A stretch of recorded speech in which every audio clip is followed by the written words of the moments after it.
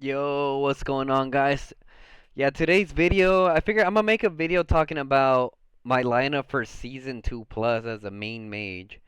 So, obviously, if you're main archer, cav, or infantry, like yours might look a little different, but this is pretty much what I'm running for mine. So, getting straight into it, and I'll go in detail of why I picked what I picked. Okay, so for let's see here. So essentially, this is my first five right here that I have. Right. Ultimately, I'm gonna end up with this, but let's go over this one first. So this is what I'm getting at right here. So we have the Lilia Valen build. They're just the best combination, hands down, guys. 1v1, area of effect damage, you name it. Just to kind of show you guys like what I've done with that build. I mean, they've been running it since season one, you know. As soon as the game landed, I'm at 177 million PvP kills with Lilia. She's also 6-starred for sure. You also have Valen here. He's at 161 PvP kills, also awakened and 6-starred. So you guys want to make sure that, if you're a main mage, dude, you gotta 6-star these two heroes. Obviously, there's that's gonna vary depending on your spend level because I mean you hear a lot of content creators saying like, oh, 6-star this hero, 6-star that hero, but I have experience on a free to play account that I played for 2 months, and yeah, you're not 6-starring anything anytime soon. So if you can, make sure that you do 6-star these heroes though, or I would say at the minimum one of them. And if I had to choose one, I would pick Lilia for sure. Make sure you do Lilia. Um, Lilia Valen there. So going on here, and then my next one is gonna be um, well, kind of touching back to Lilia and Valen. So obviously the AOE on those is just crazy, especially mixed with the Inferno Flame, or if you have Phoenix Eye, those are both really good. If you don't have either one of those, the Tear of Arbon's really good. I've even used the Time Bomb or Magic Bomb, whatever the hell it's called. What is it called again, bro? I haven't used that thing in a minute. Uh, yeah, the Magic Bomb. That's also a good one there. And then ahead moving on, obviously I have my Mateline and Garwood. So this is definitely a march that I gotta improve. But like I said, when you're a main mage, like you don't, and depending on your spend level, right? Because when you're a Kraken, you're just the main everything. You have awakened 6-star freaking heroes, max artifacts, everything, right? But as a main mage, like this is what I have him at, and I'm happy with this. Obviously, if she was awakened, it'd be better. And I'm also running it with my Garwood here at 5412, which it was very unfortunate for me that it landed in the stronghold one because I'd never garrison with Garwood, nor is there any opportunities to garrison. But I mean, they do the job. They do the job, especially with my new artifact that I have on it, the Spirit Bone Torque or Torque. They do their thing. 11 million PvP kills. Um, I used to run Garwood and Nika, which is not bad. I'm actually thinking about testing running Mateline and Eliana, to be honest, guys. Might have more survivability than my Garwood and the level that he's at. I don't know. I don't know. I'd have to test that a little bit more to find that out. But and then the next one I have here is Waldir and Alwyn. So Waldir and Alwyn are pretty much they're like my backup. They're like my backup setup, right? I recently posted a video where I got 1 million merits in one day, and I started running in a little bit into a stamina issue. And the best substitution for the when you're starting to run into a stamina issue is Waldir, number one, and then you got Alwyn over here as well. Which Alwyn is good. I feel like some people overhype him. When you're running low on stamina, he does what he can do. He does okay. I even tested out in this, guys. 5335, right? That 50% counterattack damage reduction. I tested it in a 1v1 where it was. Waldir and Alwyn, or um and Waldir and Indies. And the Waldir Alwyn just did better. Like I think by like 5 or 6 thousand sevs. So I don't know. I would need further testing and before I even enter her in. Um, but and then on the fifth one that I run, it will be my Hosk and my Kanara. So those are the five that I'm leveling up.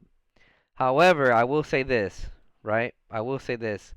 When I take out if when I take out my subs, right? My alternate, Waldir and Alwyn, then I just go ahead and level up my Cav heroes here.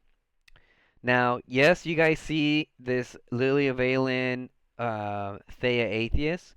That's usually the two that I run. But there's times that I do switch it up, guys. And what I usually use most of the time, I try not to take out my mages and my archers at the same time. Why? It's just kind of hard to manage sometimes, you know? Like when I have my archers, I try to play in big scale battles. Like if you guys watch the video, you'll see me just full sell my archers in. Because I mean, it's a statue fight, you know what I mean? Those fights are not going to last that long.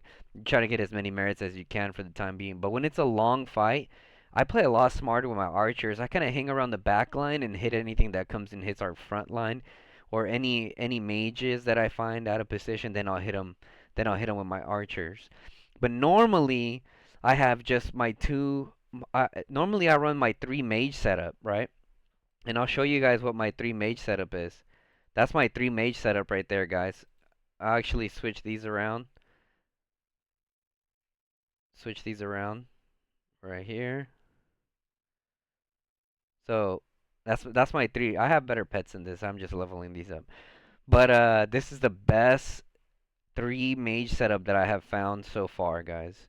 And you guys see my PvP kills with these. Like I mean, I'll show you guys Thea right here. Look at this. Look at my Thea, guys. 109 PvP kills, right? Look at my Atheist. 104 million PvP kills. I'm so tired of people saying, like, it's usually non-mage players, right?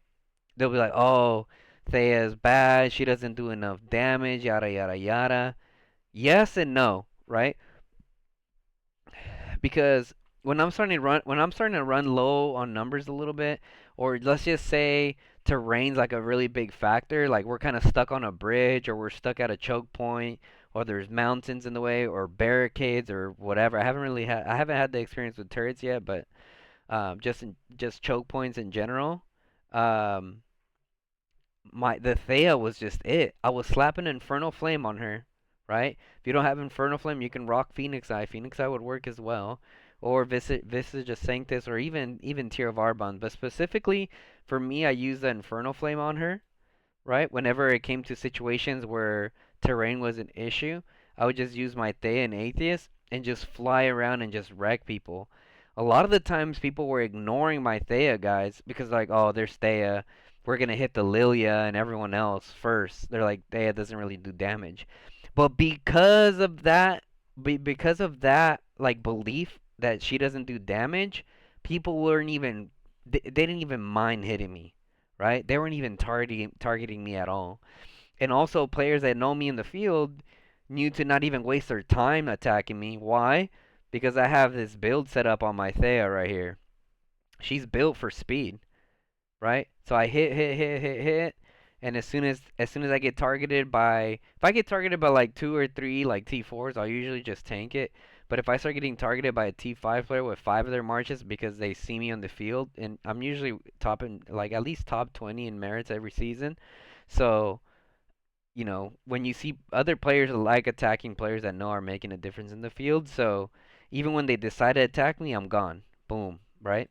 So a combination of people ignoring me, and whenever they do decide to focus you down, man, Thea and Atheist are just it, right?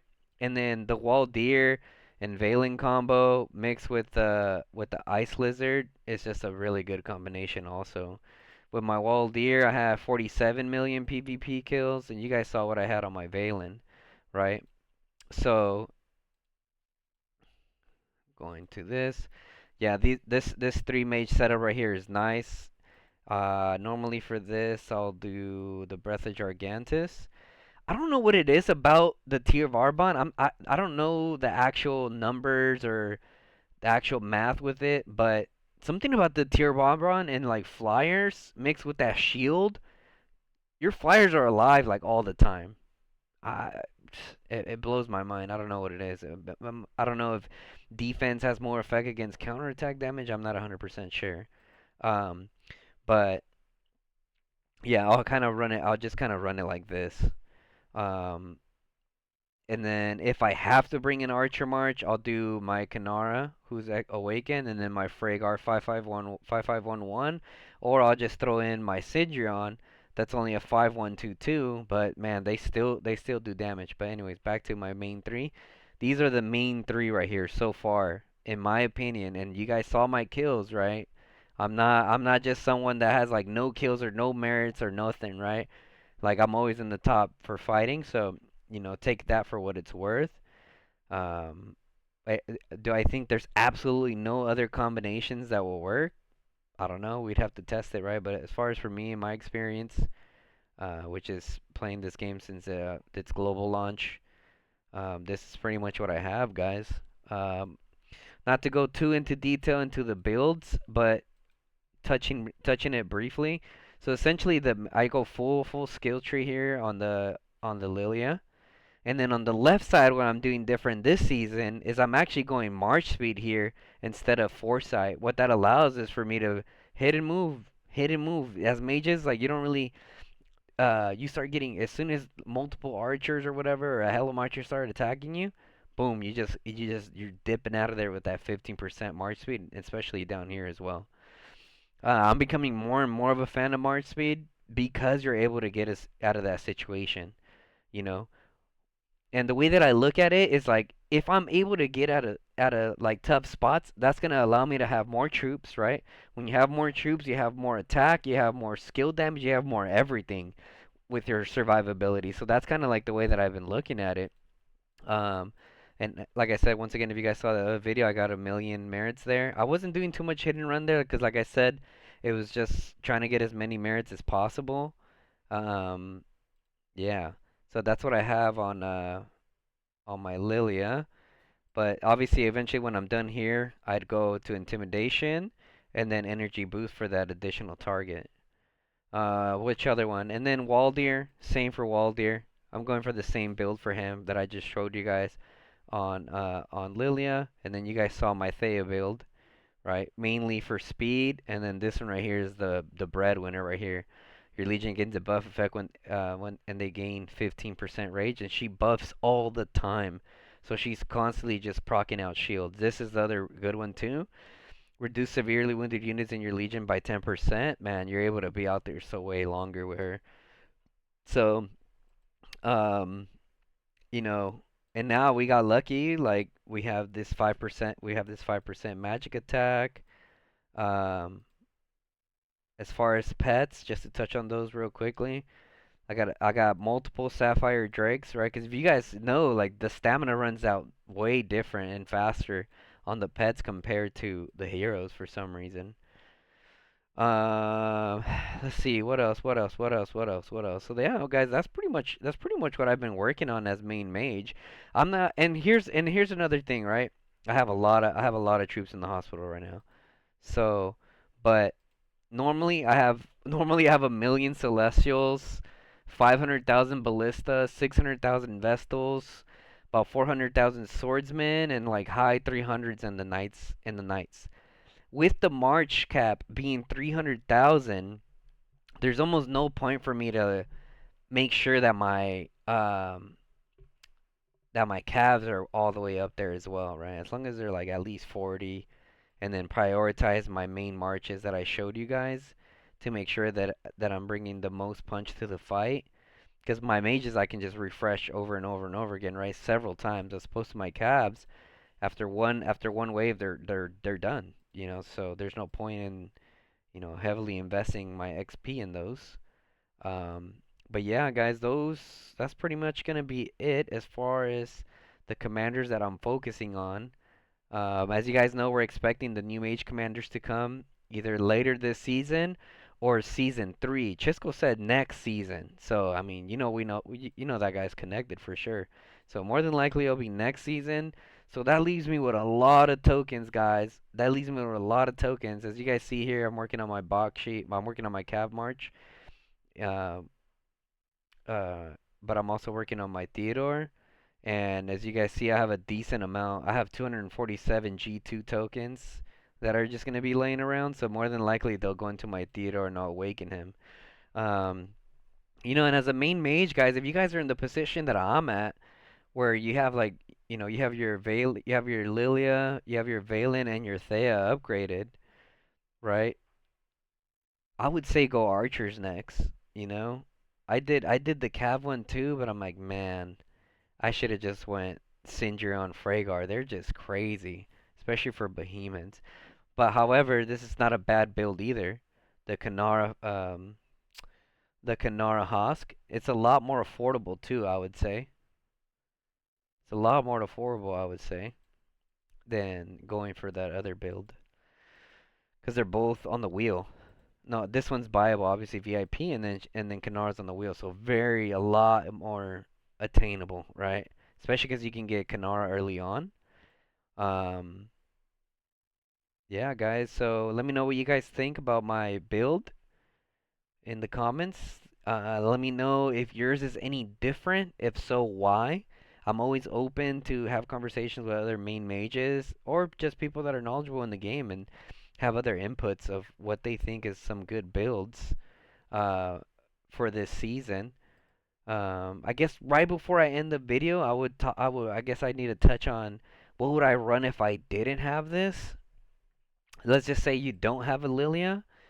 Damn, if you don't have a Lilia, for sure I would do the Waldir Valen combo, and then I would still do the Thea Atheist combination, right? Um, and let's just say you can all, and then you can upgrade your Alwyn as kind of like a backup guy. I've even thrown in the field Eliana with my mages before due to stamina, But if you don't have Lilia, then you're probably like low spend, so you probably won't deal too much with stamina issues. So yeah, kind of stick with Waldir primary and then Valen secondary. Or you can kind of switch them around. Sometimes I'll do the Valen setup to where it's like crazy speed. You see this? So you're able to just avoid getting swarmed by a lot of people. Once again, that March speed coming in clutch, and then you guys heard what I said about Thea and Atheist. But yeah, guys, if you guys have anything different, let me know in the comments. Or if you like something specifically that I said that you really didn't think about too much, let me know in the comments as well. If you like the video, make sure you drop a like. And if you want to continue supporting the channel or would like to support the channel, just hit that subscription button and share it with your buddies, guys. It's your boy Guns here. Until next time, guys. Later.